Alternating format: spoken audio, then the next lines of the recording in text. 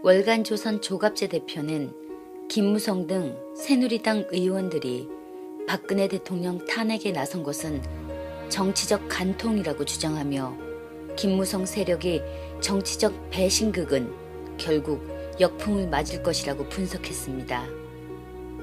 신의 한 수는 조갑제 대표의 글을 소개하겠습니다.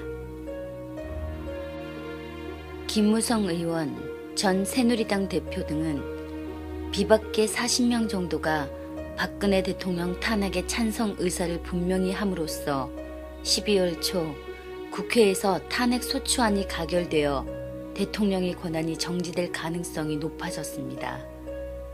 결론부터 먼저 말한다면 이는 김무성과 비박계의 자살골, 즉 보수에 대한 배신이고 전략적 바보짓이며 이념적 투항이 될 것입니다. 첫째, 비박계는 민심을 잘못 읽고 있다. 박 대통령이 이해할 수 없는 실정을 저질렀고 이에 대한 국민들의 분노를 수용, 야당이 탄핵 발의를 하는 것은 이해할 수 있다.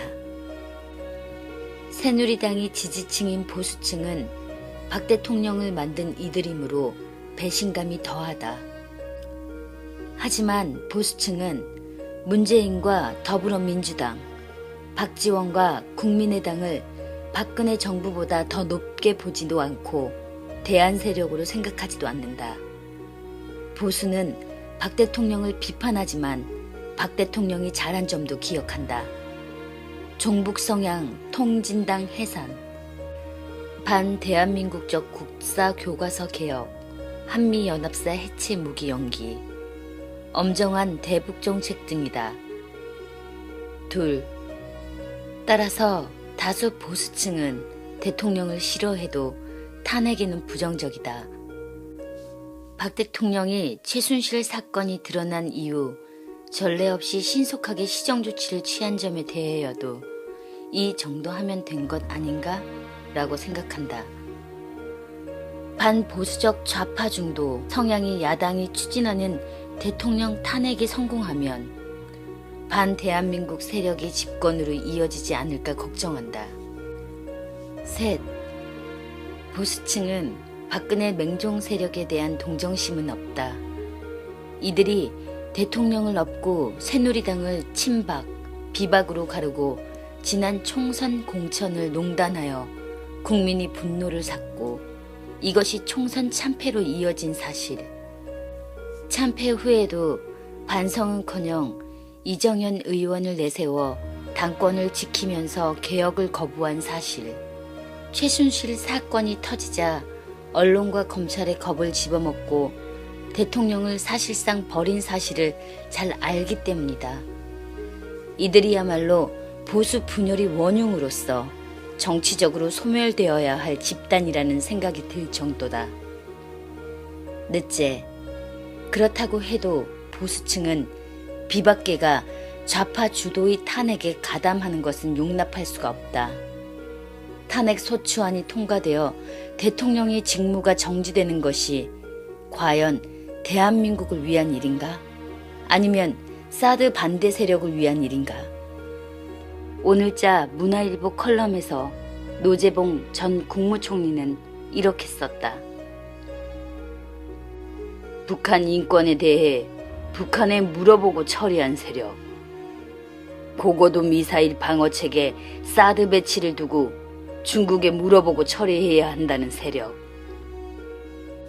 한일 간 군사정보보호협정을 합의한 장관을 단죄하겠다는 세력, 북핵을 민족적 핵이라고 여기는 세력 등 민주공화국이 주권을 포기하는 것을 진보라고 하는 세력에 정권을 넘겨주고 자식들이 밝은 미래를 보장받을 수 있을지 물어봐 주기를 바라는 마음이 간절하다.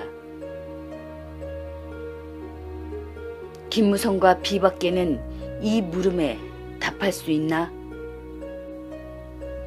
탄핵 추진 주역인 박지원과 문재인이 이념적으로 대한민국 편이 아니라는 사실을 모른다면 바보이고, 알면서도 탄핵에 가담하겠다면 이념적으로 배신이다.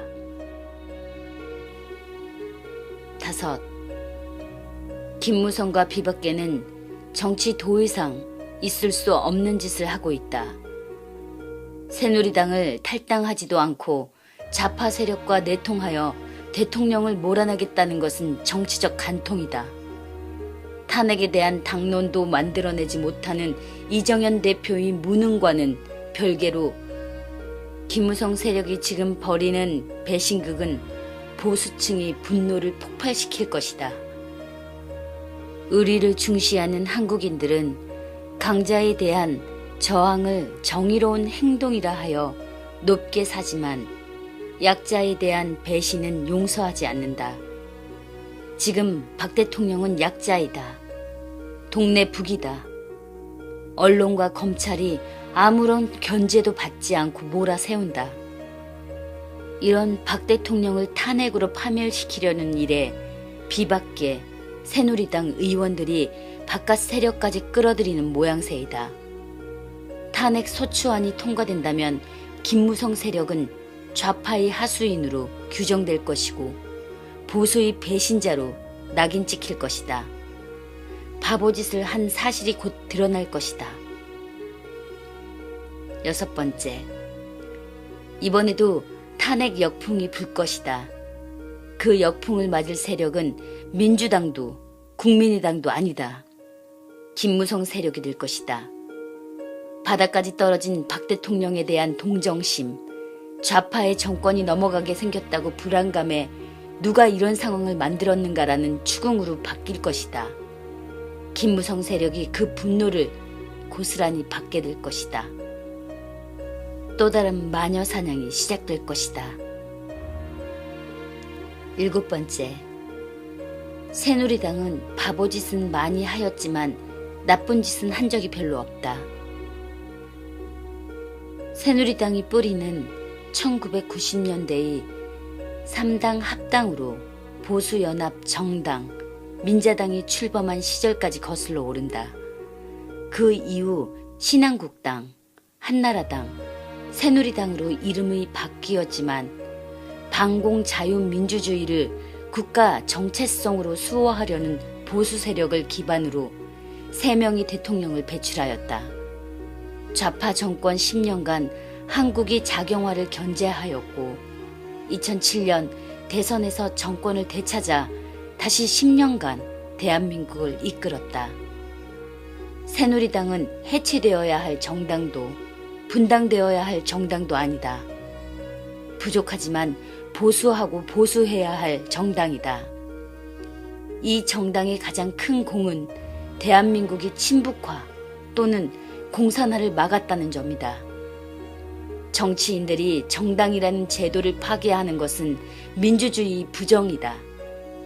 탈당도 하지 않고 좌파 편을 들어 자신들이 대통령을 무력화시키는 행동은 사실상 새누리당의 해체 공작이다. 이를 보수개혁이라고 위장하더라도 속는 보수층은 많지 않을 것이다. 여덟 번째, 김무성 세력은 친박 세력도 그렇지만 이념 무장이 취약하다는 치명적 문제를 지니고 있다. 좌파의 가담, 우파 대통령을 몰아내겠다고 하는 점이 이념 부재를 드러낸다. 좌파는 계급 투쟁론으로 무장, 권력을 잡고 체제를 변혁시키겠다는 이념 집단이다. 이런 이념에서 우러나오는 전략 전술을 이해하지 못하는 김무성 세력은 이들에게 이용된 다음 용도 폐기될 가능성이 높다. 다수의 이념 무장 집단과 소수의 이념 부재 집단이 어울리면 누가 먹히겠는가? 김무성 의원이 바라는 개헌이나 제3지대 건설은 고정 지지층이 무너진 후에는 헛된 꿈이 될 것이다. 그는 킹메이커가 아니라 킹슬레이브, 노예가 될 것이다. 아홉 번째, 이념은 공동체의 이해관계에 대한 자각이라고 한다. 김무성 세력은 스스로 물어야 한다. 우리 대한민국의 적과 동지는 누구인가? 박근혜와 친박이 적이고 문재인, 박지원, 김정은이 친구인가? 홧김에 서방질하면 남편도 골탕 먹있지만 집안도 망한다. 김무성 세력은 좌파와 결탁, 우파 대통령을 몰아냄으로써 정권을 좌파에 넘겨 대한민국의 자유와 번영에 종지부를 찍게 하였다는 역사적 책임을 질 준비가 되어 있는가? 그것이 묻고 싶다.